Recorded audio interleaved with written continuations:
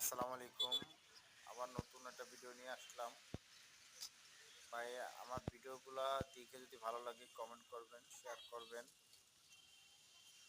মানুষ বলতেই মনে করেন সবারই একটা পছন্দ আছে। আমি কিছু শার্ট কেনার জন্য, প্যান্ট কেনার জন্য গুলিস্তান আইছিলাম। হাঁটতে হাঁটতে আওয়ামী লীগের প্রধান কার্যালয়ের কাছাকাছি আসার পরে অনেকদিন পর চোখ পড়লো। দেখি যে আওয়ামী লীগের প্রধান কার্যালয়ের অবস্থা খুবই খারাপ। এটা ভাইঙা চুইরা চুরমার করে ফেলাইছে এবং কি কার্যালয়ের সামনে জিয়াউর রহমানের পোস্টার লাগানো। আসলে এটা ঠিক হয়েছে কিনা আমি জানি না, আপনারা সবাই কমেন্ট করে জানাবেন। ক্ষমতা কারো চিরস্থায়ী না, এটাই বাস্তব প্রমাণ।